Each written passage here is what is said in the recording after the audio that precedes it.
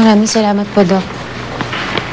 Sol, ano sabi ni Doc? Hindi ako makapaniwalang negatibo ang resulta. Bakit hindi ako mabuntis-buntis?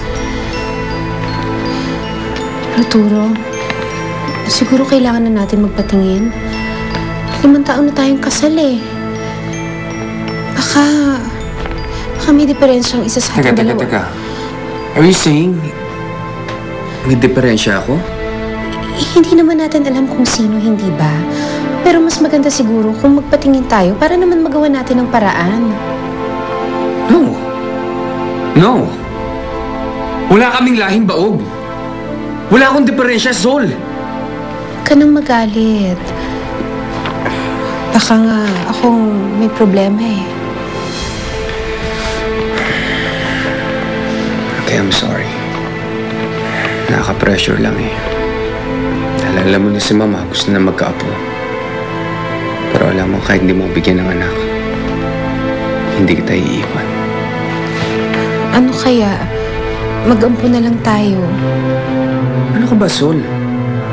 Gusto mo magalit sa'yo si Mama? Alam mo gawin natin. Itago na lang natin ang problema mo.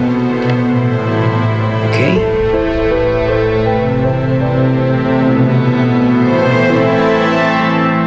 Sa panahon ko, iniiwan ng babae na hindi makapagbigay ng anak sa kanyang asawa.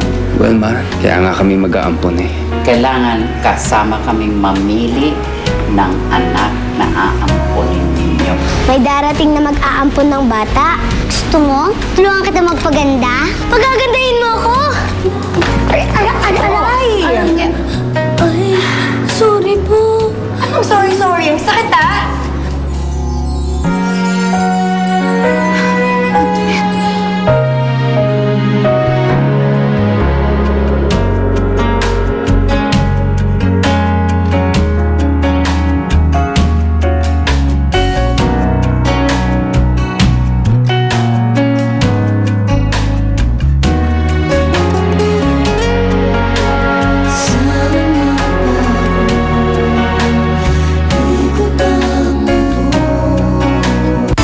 Napanood mo ang mga nakakaantig na tagpo sa Nita Negrita.